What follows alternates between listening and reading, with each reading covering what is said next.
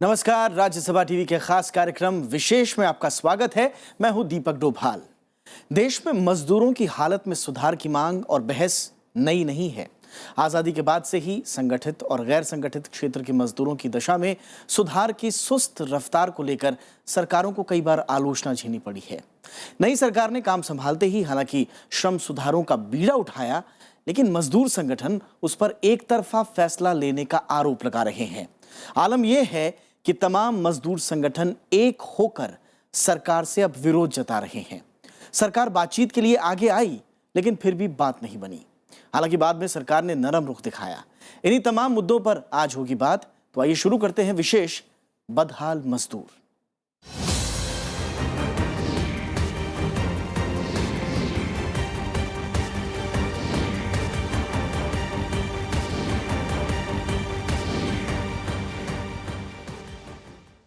देश में श्रम कानूनों में बदलाव को लेकर चर्चा जोरों पर है। एक तरफ जहां उद्योगपति उद्योगों को बढ़ावा देने के लिए बदलाव को जरूरी बता रहे हैं, वहीं मजदूर संगठन मजदूरों के हितों का ख्याल रखने की बात कह रहे हैं। और इसी बीच 46वें श्रमिक सम्मेलन में सरकार के रुख में बदलाव नजर आया। प्रधानमंत्री ने साफ किया कि मजदूर संगठनों की सहमति से ही कानूनों में बदलाव होगा।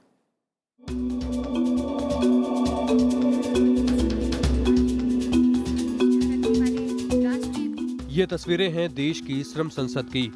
कहते हैं कि मजदूर, उद्योग और सरकार किसी भी देश की औद्योगिक तरक्की की दशा और दिशा तय करते हैं।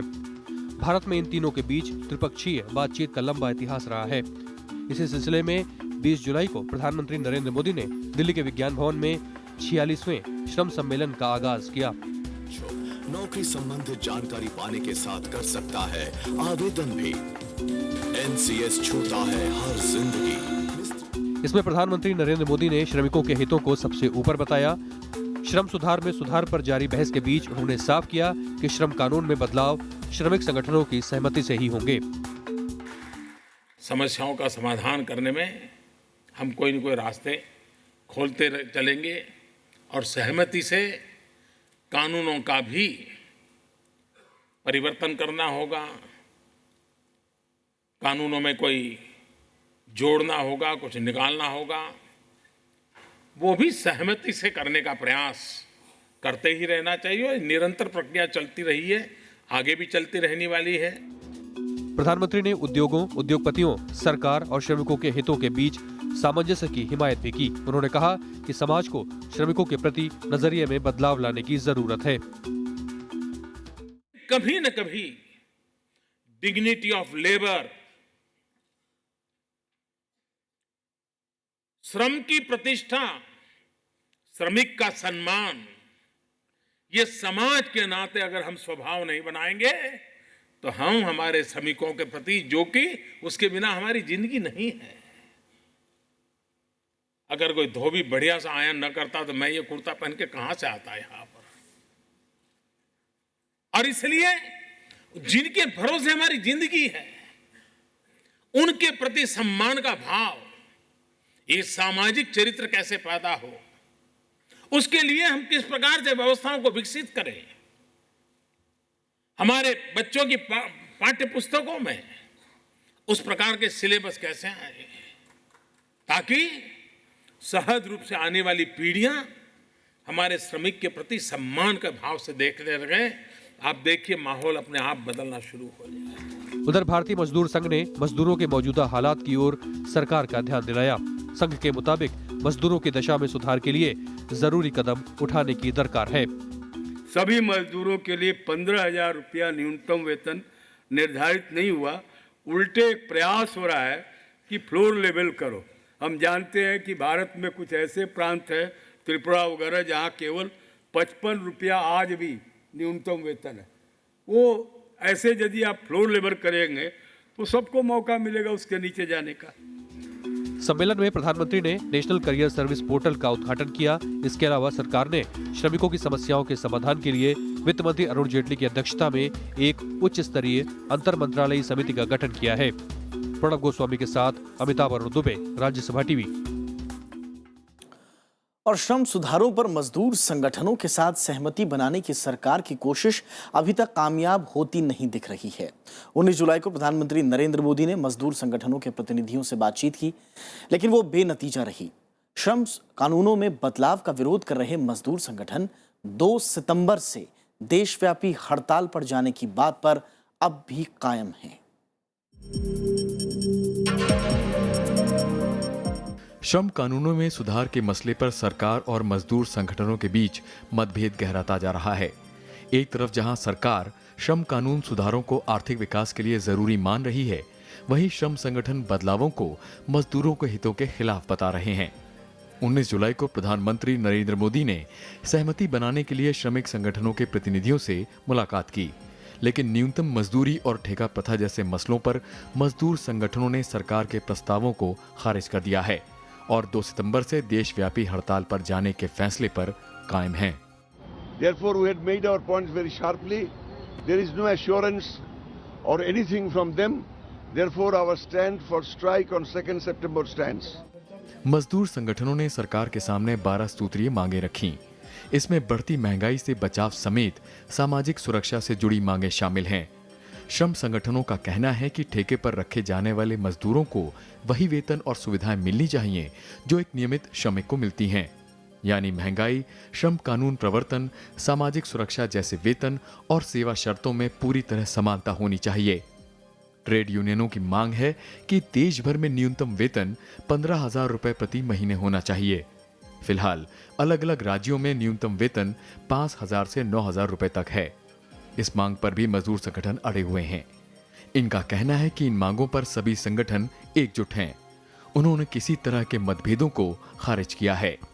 नहीं, यूनियंस में अभी कोई डिवीजन नहीं है। यूनियंस में कोई डिवीजन है, अभी 2 सितंबर बहुत दूर है। उसके पहले अभी सरकार ने आज जो भरोसा दिया है कि हम बात करेंगे, अभी कंटिन्यू रखेंगे, तो कुछ परिणाम आएगा तो होगा। दूसरी तरफ सरकार देश में आर्थिक सुधारों की कड़ी में नए उद्योगों को बढ़ावा देने के लिए श्रम कानूनों के बदलाव की वकालत कर रही है। वहीं श्रम कानूनों में बदलाव के लिए उद्योगपति भी लगातार दबाव बना रहे हैं। उद्योगपतियों का तर्क है कि उन्हें उद्योग लगाने या बंद करने की सुविधा दी जानी चाहिए, जबकि मजदूर संगठन इसे अंतर्राष्ट्रीय श्रम कानूनों की मूल भावना के विपरीत बता रहे हैं। संगठनों का आरोप है कि इस बदलाव से उद्योगपतियों का ही भला होगा। आज तक गवर्नमेंट जो कदम उठाया, जो प्रस्ताव लाया श्रम कानून बदलने का, उसका लक्ष्य एक ही है, ज़्यादा से ज़्यादा मजदूरों को कानून के दायरे के बाहर धकेल दे। तो ये रहेगा, इसमें सहमति हो नहीं सकता है। तो अगर फिर भी जब बोल रहे हैं जो सहमति के आधार पर होना चाहिए, हम इस स्टेटमेंट को स्वागत करता है, लेकिन सहमति इस आधार पर होना चाहिए। सरकार के आश्वासन के बाद भारतीय मजदूर संघ ने अपने तेवर नरम कर लिए हैं। बहुत बड़ी बात हुई। अभी तक हमारे आंदोलन का या जो हमारे आक्रोश का एक बड़ा कारण था कि हम ये आरोप लगाते थे कि सरकार बिना किसी से सलाह के आगे बढ़ रही है। सरकार के मुखिया का ये कहना कि हम सबकी सहमति से करेंगे, ये हमारे लिए काफी संतोष की बात है। सरकार ने गतिरोध दूर करने के लिए वित्त मंत्री अरुण जेटली की अध्यक्षता में एक कमेटी का गठन भी किया है। विपिन चौहान के साथ अमिताभ, अरुण दुबे, राज्यसभा टीवी।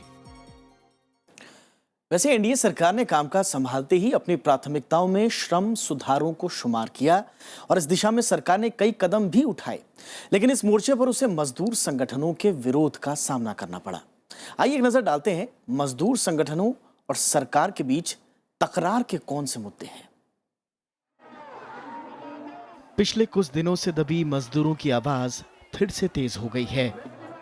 भले ही ये संगठन अलग अलग सियासी विचारधाराओं से ताल्लुक रखते हों, लेकिन सरकार के श्रम सुधारों की खामियों को इन्होंने एक ही चश्मे से देखा है। नई सरकार की पहली सालगिरह यानी 26 मई को ही ट्रेड यूनियनों ने राष्ट्रीय सम्मेलन बुलाकर अपने इरादे जाहिर कर दिए। अब तक अलग थलग रहे तमाम मजदूर संगठन जब एक साथ आए तो सरकार भी बातचीत की मेज पर आई। सरकार ने सबसे पहले केंद्रीय ट्रेड यूनियनों और श्रम मुद्दों पर अंतर मंत्रालयी समिति बनाई, जिसमें सरकार के 5 मंत्री, वित्त मंत्री अरुण जेटली, श्रम मंत्री बंडारू दत्तात्रेय, पेट्रोलियम मंत्री धर्मेंद्र प्रधान, बिजली मंत्री पीयूष गोयल और प्रधानमंत्री कार्यालय में राज्य मंत्री जितेंद्र सिंह शामिल हैं। संगठनों से सबसे पहले इसी समिति ने बातचीत की, लेकिन कुछ मुद्दों को छोड़कर बात नहीं बनी। इसके बाद यूनियनों ने प्रधानमंत्री के साथ करीब घंटा भर बैठक की। उम्मीद की जा रही थी कि इस बैठक से उलझी डोर का कोई सिरा मिल सकेगा, लेकिन बात नहीं बनी। 1 घंटा बात हुआ सरकार से, उन्होंने तरफ से कुछ आश्वासन हमको नहीं दिया गया। हम लोग लेबर लॉ रिफॉर्म में उन्होंने जो कर रहे हैं, ट्रेड यूनियन के साथ नहीं बातचीत करके जो कर रहे हैं, इसको खिलाफ हम बोले। यही परिस्थितियों में 2 तारीख का हड़ताल, 2 सितंबर का हड़ताल जारी है, होगा। मजदूर संगठनों ने अपनी मांगों के समर्थन में 2 सितंबर से देशव्यापी हड़ताल करने का फैसला किया। दरअसल सरकार और श्रमिक संगठनों के बीच तकरार की ये चिंगारी बीते कुछ महीनों से सुलग रही थी। इसके कई कारण हैं। संगठनों ने बार बार यह आरोप लगाया कि श्रम सुधारों की दिशा में काम करते वक्त संगठनों से पर्याप्त बातचीत नहीं की गई। संगठन अलग अलग 3 श्रम कानूनों को मिलाकर एक सिंगल लेबर कोड लाने का विरोध कर रहे हैं। संगठनों को डर है कि स्मॉल फैक्ट्री बिल के प्रावधानों से मजदूरों को निकालना आसान हो जाएगा। संगठनों का आरोप है कि इंस्पेक्टर राज को रोकने की आड़ में सरकार फैक्ट्री निरीक्षण मानदंडों को कमजोर करना चाहती है। इक्विटी उपकरणों में 5% निवेश करने के फैसले से भी संगठन नाराज हुए। संगठनों का आरोप है कि सरकार उद्योगों के दबाव में संविदा कर्मियों की भर्ती नियमों में ढील लाने की कोशिश कर रही है। श्रमिक संगठनों की एक पुरानी मांग अंतर्राष्ट्रीय श्रम संगठन यानी ILO के मानकों को भारत में पूरी तरह से लागू कराना भी है। दरअसल भारत ILO के संस्थापक सदस्यों में शामिल है, लेकिन उसके कुल 189 कन्वेंशनों में से भारत ने महज 43 को ही स्वीकार किया है, जबकि कुल 8 फंडामेंटल और कोर कन्वेंशन में सिर्फ 4 को ही माना है। कुल 8 बुनियादी ILO कन्वेंशन में से 4 तो लागू हुए, लेकिन 4 आज तक नहीं लागू हुए। सभी केंद्रीय श्रम संगठनों द्वारा दिए गए 12 सूत्री मांग को आज भी निर्णित नहीं किया गया। संगठनों का आरोप है कि भारत ने जिन मानकों को स्वीकार नहीं किया वो बाल मजदूरी, संगठनों की आजादी और सामूहिक मोल भाव से जुड़े हैं। यही वजह है कि श्रम कानून में संशोधनों के खिलाफ यूनियनों की आपत्ति से ILO ने भी सहमति जताई है। विपिन चौहान के साथ दीपक डोभाल, राज्यसभा टीवी। चलिए वक्त एक छोटे से ब्रेक का। ब्रेक के बाद आपको बताएंगे विरोध के बावजूद बदलाव की आखिर क्यों जरूरत पड़ रही है।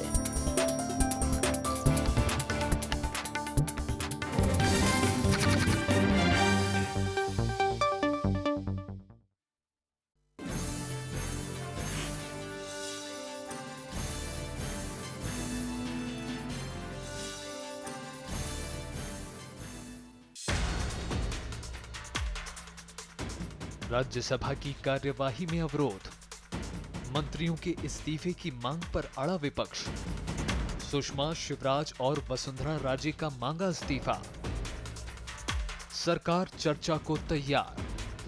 देखिए पहली खबर, इस्तीफे की मांग, आज रात 8 बजे।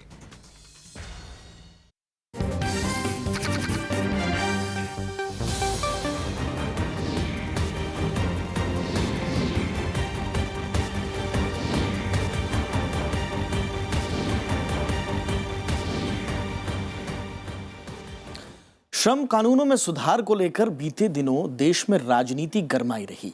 मजदूर संगठन इस कानून के विरोध में खड़े दिखे तो आखिरकार सरकार को अपने रुख में नरमी लानी पड़ी। अब बड़ा सवाल यह है कि आखिर इस कानून में है क्या और किन प्रावधानों को बदलने के चलते मजदूर संगठन विरोध में खड़े हो गए हैं।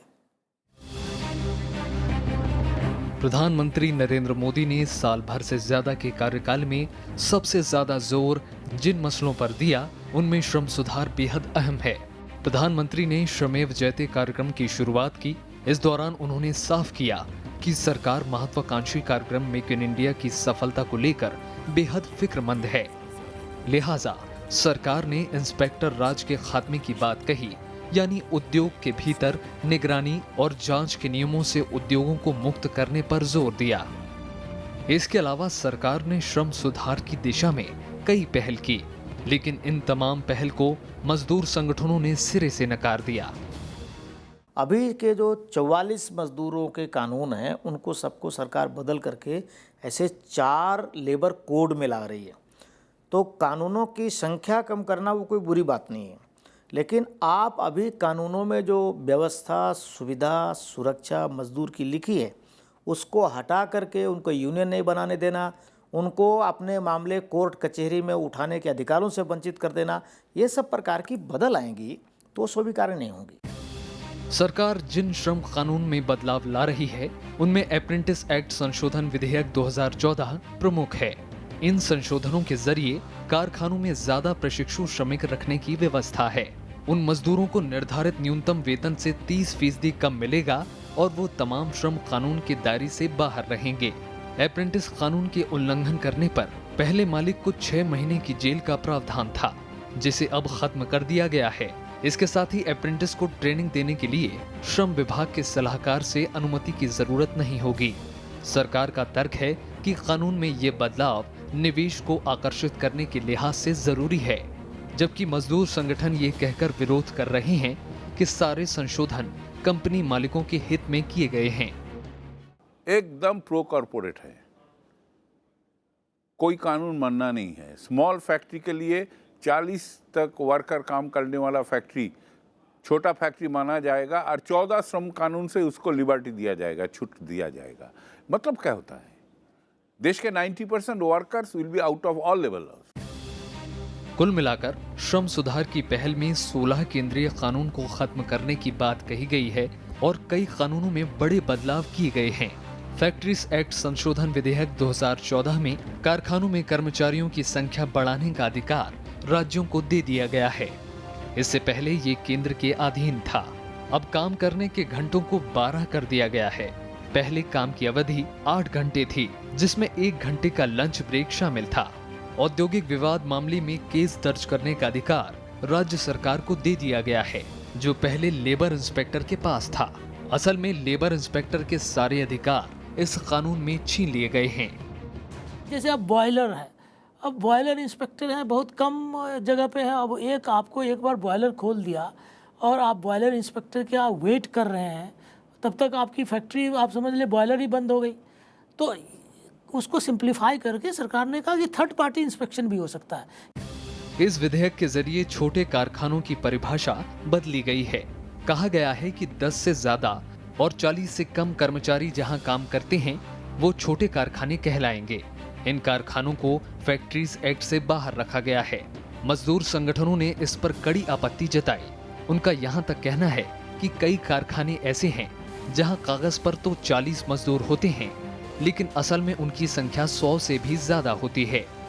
बीते साल केंद्रीय कैबिनेट ने फैक्ट्रीज एक्ट 1948, अप्रेंटिस एक्ट 1961 और श्रम कानून एक्ट 1988 जैसे कानूनों में कुल 54 संशोधन पास किए। इनके तहत कार्यस्थल पर सुविधाएं, ओवरटाइम से जुड़े नियम, महिलाओं को रात में काम करने की अनुमति और श्रम कानून के उल्लंघन पर सजा को जुर्माना में बदलने जैसे प्रावधान शामिल हैं। मजदूरों को अगर उनकी सुख सुविधा का, सुरक्षा का ख्याल नहीं रखा गया तो अशांति रहती, उद्योग वैसे ही नहीं चलते। इसलिए ये ख्यालात अगर किसी का है, सरकार या उद्योगों का, कि ऐसे कानून बना दो जिसमें यूनियन और ये सब लोग नहीं रह जाएं, तो उनको लगता होगा कि शायद उद्योग आसानी से चलेगा। वो गलत फहमी में है। मजदूर अशांत रहा तो उद्योग कभी शांत होकर चल ही नहीं सकता। यही नहीं, वेतन से जुड़े कानूनों को खत्म कर इसकी परिभाषा बनाने की दिशा में सरकार ने पहल की। इसके लिए सरकार ने न्यूनतम वेतन कानून 1948, वेतन भुगतान कानून 1936, बोनस भुगतान कानून 1965, समान वेतन कानून 1976 का विलय कर दिया। हालांकि मजदूर संगठनों और वामपंथी पार्टियों ने इस पहल का तीखा विरोध किया और सरकार को चेतावनी दी कि अगर वो इस दिशा में आगे बढ़ती है तो देशव्यापी हड़ताल की जाएगी। विपिन चौहान के साथ दिलीप खान, राज्यसभा टीवी। और श्रम सुधार की पहल में कोई 1-2 कानून शामिल नहीं है। सरकार 3.5 दर्जन से ज्यादा कानूनों में बदलाव चाह रही है। इन बदलावों को लेकर साल भर से खींचतान भी जारी है। लेकिन अहम सवाल यह है कि आखिर मजदूर संगठन विरोध क्यों कर रहे हैं और विरोध के बावजूद सरकार बदलाव क्यों चाहती है। विश्व बैंक की रिपोर्ट के मुताबिक व्यवसाय के लिहाज से भारत की स्थिति निराशाजनक है। 185 देशों की सूची में विश्व बैंक ने भारत को 134वें स्थान पर रखा है। ब्रिक्स देशों में भारत सबसे निचले पायदान पर है। साल दर साल ऐसी रिपोर्ट्स में भारत को लेकर चिंता जताई जाती रही है। मतलब ये कि विदेशी निवेशक भारत में बेहतर माहौल नहीं देख रहे हैं और इसलिए वो निवेश से कतरा रहे हैं। प्रधानमंत्री नरेंद्र मोदी ने बार बार अपने भाषणों में दोहराया है कि वो भारत को निवेश के लिए बेहतर जगह में तब्दील करना चाहते हैं।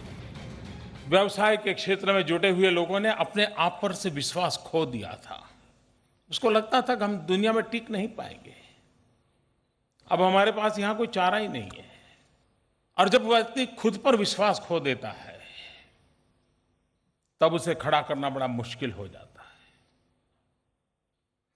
दूसरा, उसका भरोसा टूट गया था।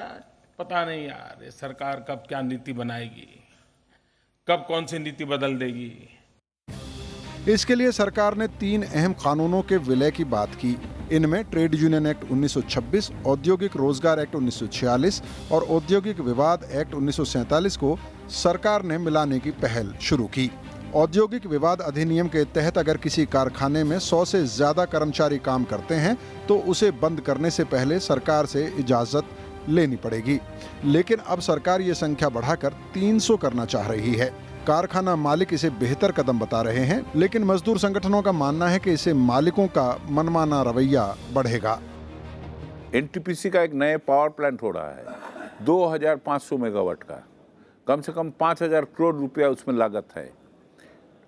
उसमें वर्कर है जो यूनियनाइज हो सकता है सिर्फ 50, 300 ऑफिसर है, 1000 कॉन्ट्रैक्ट वर्कर है। तो 50 को 40 कर देगा। नहीं तो सरकार एक नए चक्कर बना रहा है, फिक्स टर्म एम्प्लॉयमेंट का नोटिफाई किया, कुछ 40 तक वर्कर रखेगा, बाकी 10 फिक्स टर्म रहेगा, हो गया मामला खत्म। कारखानों के भीतर यूनियन बनाने के नियम को भी सरकार बदलना चाह रही है। तर्क ये है कि यूनियन कारखानों के भीतर कामकाज के माहौल में कई बार रोड़ा अटकाती हैं, लेकिन मजदूर संगठनों ने तीखा विरोध किया है।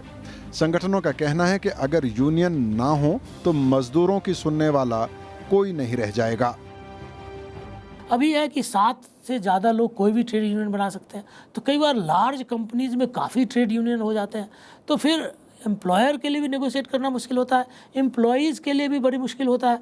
तो कहीं ना कहीं एक रिप्रेजेंटेटिव कैरेक्टर उसका होना चाहिए कि जो एम्प्लॉय जिसको वो रिप्रेजेंट कर रहे हैं उनका एक निश्चित नंबर को रिप्रेजेंट करें। आज वास्तव में जिस इंडस्ट्री में फैक्ट्री में यूनियन बननी है, अगर मालिक को पता लग जाए कि यहाँ के लोग मिलके यूनियन रजिस्टर्ड करा रहे हैं, यहाँ के ये फला फला लोग पदाधिकारी हैं, तो यूनियन रजिस्टर्ड होने से पहले उनको निकाल देते हैं नौकरी से। तो यूनियन का पदाधिकारी कौन हो, इस बात पर जब सरकार कानून बना रही कि आप बाहर वाले को नहीं रख सकोगे, इसका मतलब अगर यूनियन गलती से बन भी गई तो चल नहीं सकती। सरकार का मानना है कि अगर निवेश के लिए बेहतर माहौल हो तो रोजगार के अवसर बढ़ेंगे, लेकिन मजदूर संगठनों की दलील है कि निवेश के घटने बढ़ने का संबंध मजदूरों के अधिकारों में कटौती से बिल्कुल नहीं जुड़ा है। हाल ही में CII और KPMG ने रिपोर्ट में उन कारकों को गिनाया जिसके चलते भारत में व्यापार करना कठिन है। उनमें मजदूरों पर बहुत जोर नहीं दिया गया। रिपोर्ट में देश में जमीन अधिग्रहण, कर संबंधी मामले और उद्योगों के लिए शुरुआती लागत को व्यवसाय की राह में बड़ी मुश्किल माना गया। अभी रिसेंटली एक स्टडी आई है, KPMG और CII ने मिलकर किया है। उसका टॉपिक ही है ईज ऑफ डूइंग बिजनेस। उन्होंने जो भी 5-7 कॉन्स्टेंट्स आइडेंटिफाई किए हैं उसमें लेबर लॉ नहीं है। तो बिजनेस कम्युनिटी खुद अपनी स्टडी रिपोर्ट में इस प्रकार की बात कर रही है। सरकार कौन से बिजनेस वालों के आधार पर ये बात कह रही है? एक देश में इन्वेस्टमेंट आएगा, वो लेबर के कॉन्फ्रंटेशंस के रोकता है क्या? कहाँ हमारे देश के लेबर का जो एरिया है उसमें कॉन्फ्रंटेशन का क्या रिकॉर्ड है बताइए। Number of mandates lost due to strike is 1/4 of number of mandates lost due to lockout, layoff and closure. ये सरकारी रिकॉर्ड है, हम नहीं बोल रहे। कई बार उद्योगपतियों ने कहा है कि देश में मजदूर यूनियनों के चलते कामकाज में कठिनाई आती है। हालांकि मजदूर संगठन ऐसी बातों से इनकार करते रहे हैं। श्याम सुंदर, राज्यसभा टीवी।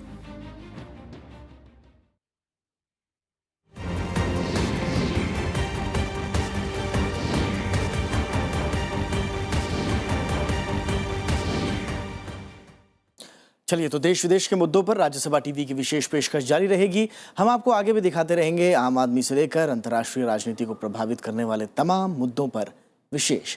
फिलहाल आज के अंक में इतना ही। इजाजत दीजिए, नमस्कार।